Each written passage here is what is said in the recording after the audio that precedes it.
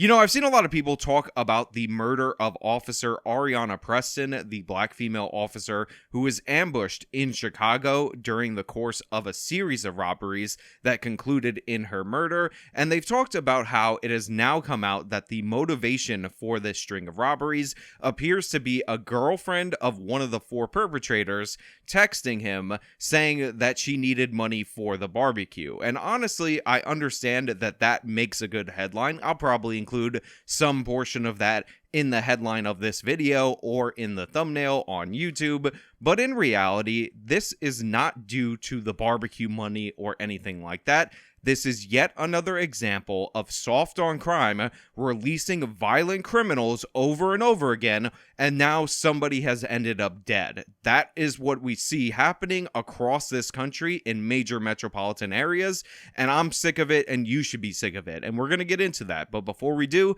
this video is sponsored, so let me toss it to the sponsor. Then we'll come back over here. We'll discuss it on the other side. The 2023 crisis is upon us. The Wall Street Journal is warning that the banking failures you're seeing are going to have serious negative impacts on the average American.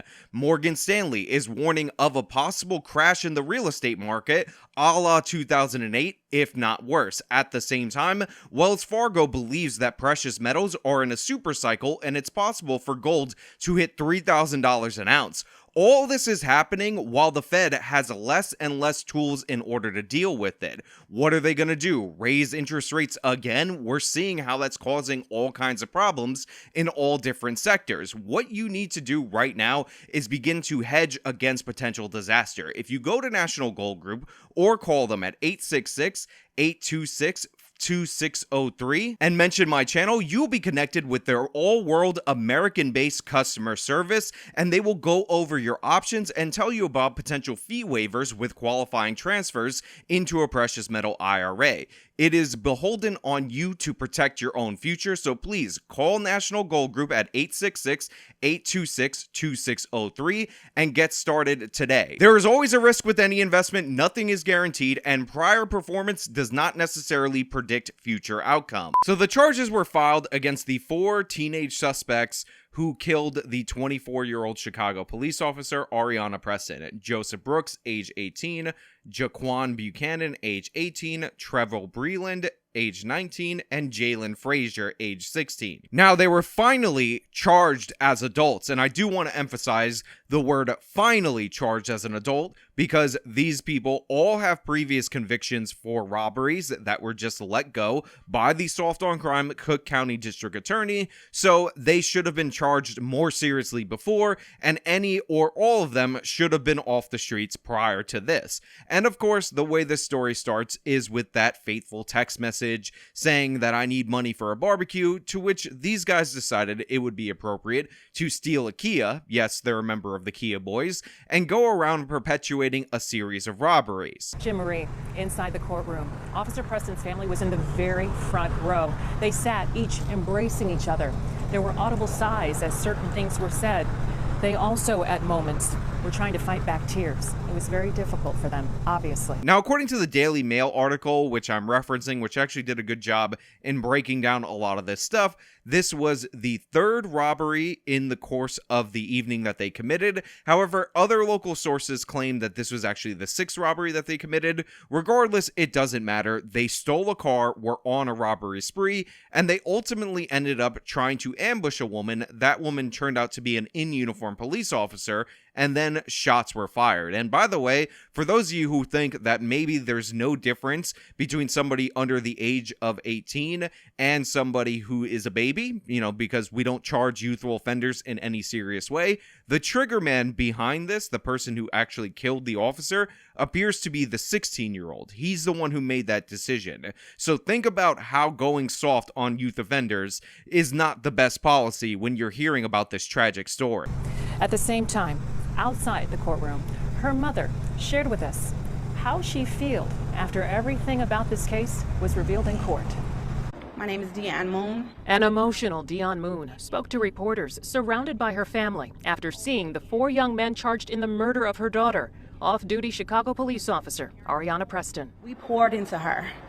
We poured into her education. But as I said in that courtroom today, the people I really felt sorry for was those boys.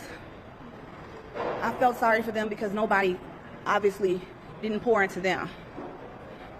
Nobody told them that they were loved. Nobody told them that you can do anything. Like I constantly preach to my daughter. So I'm not going to lie, when I first saw the first half of this clip, I thought, oh no, we're getting sympathy for the criminals, which I absolutely can't stand. But then I realized what this mother was saying, which was she raised her kid right. She told her kid that she could achieve. She emphasized education, and that's what pushed her to law enforcement. And these kids clearly didn't have good role models. They didn't have parents. And while she prays for them and all of that, that's more a part of the coping mechanism rather than a soft on crime, pro-criminal attitude that we see all too often in this country. And it's later emphasized and made clear that she wants justice for her daughter, and I'm right on board with her and all the members of her family who honestly did a good job raising this girl to be a beautiful, successful woman. And unfortunately, it was cut down by a bunch of criminals who didn't care about anybody but themselves and thought that their money for a barbecue, them possibly eating some spare ribs off the grill, was more important than a human life. In court, it was revealed 16-year-old defendant Jalen Frazier admitted to a friend the shooting was his work. He fired a gun at her and then Preston shot at him and the other defendants. So they shot and killed her. So the 16-year-old in this instance, as I told you earlier on, was not only the trigger man, but he was bragging about it. He called it his work, the killing of this police officer. He told all his friends he was trying to get some credibility. Again, something that should be thought about by the Cook County District Attorney Kimberly Fox, who thinks that the real issue, the real problem, is that these kids are just being treated too cruelly by the criminal justice system. It's not the fact that these kids are in fact predators and that being age 16 is not the same thing as being a baby. They're violent criminals, and allowing them to get off scot-free time and time again leads to terrible results. It's that the system, the systemic system, the systemic structures is actually what's causing these kids to be violent. That kid wouldn't have said those things afterwards if it wasn't for the so-called cruel criminal justice system that cut him break after break after break. Again, all four of these people were arrested for robbery. All four of these people had charges against them. All four of these people could have easily been in jail. This officer could have been alive. Chicago could have been a safer city. But because the mayor, Lori Lightfoot, and now soon to be continued with Brandon Johnson, and the Cook County District Attorney Kimberly Fox refused to do their damn job, now we have an officer down, an officer dead. As crazy as this may sound, I pray for their family. I really, really do. I pray for their family. Anytime you can shoot somebody and say, that was my work, what kind of human would say that about another human being? Look, she hit the nail right on the head in that moment. How can somebody just say something so cruel? How is somebody going to brag about how it was their work to kill this officer who's just trying to get home after a shift?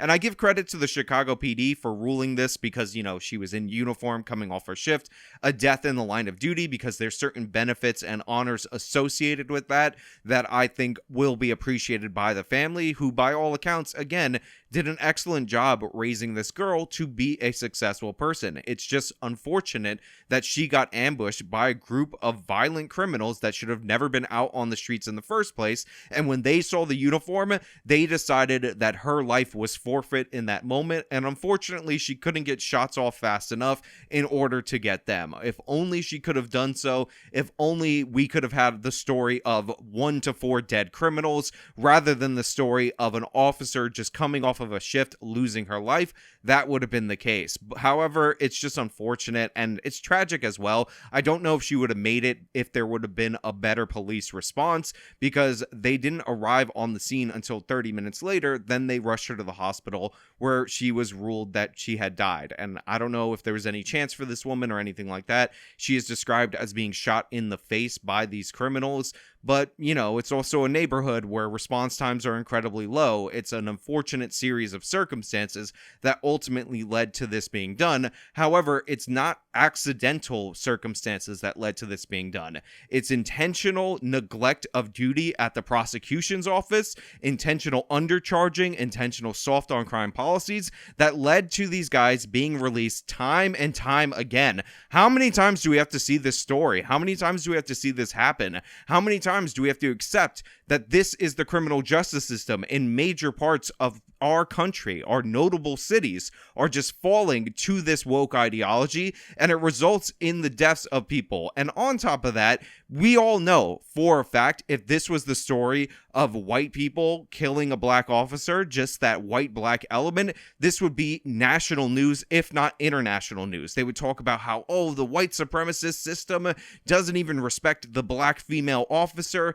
and all that nonsense. But because she was wearing the cop's uniform and because the perpetrators were career criminals backed by their ideology, there's not a peep from the left wing. There's no honoring of this woman. There's no demands for justice. And you will see, even though they're all charged as adults at this moment, and the mother has made it clear that justice means a life sentence. Now, she went on to say that justice for her family would involve a life sentence for each of the defendants.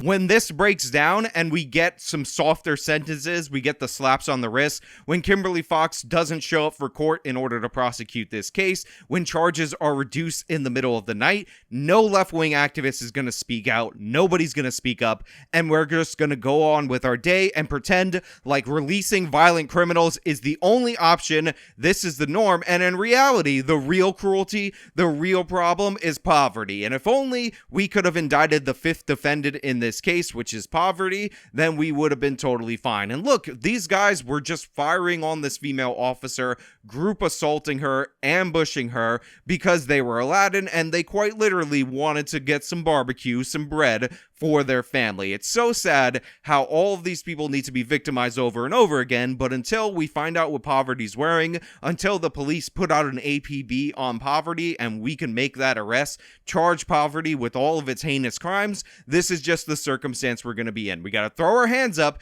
never address the immediate issues that people are dealing with, and talk about poverty in an abstract way because we can never address the actual issue, which is assigning responsibility and fault to the criminal and stopping them before they commit a more serious violent offense after their first or second offense. But hey, those are just my thoughts. They happen to be sensible, reasonable, rational, thought out, smart, intelligent, and amazing. But if you're wrong, you can let me know your stupid thoughts down in the comments below. If you like this video, show me by leaving a like, subscribe for more content, follow me on all my social media, support me via the support links in the description of this video. This has been me talking about an officer killed.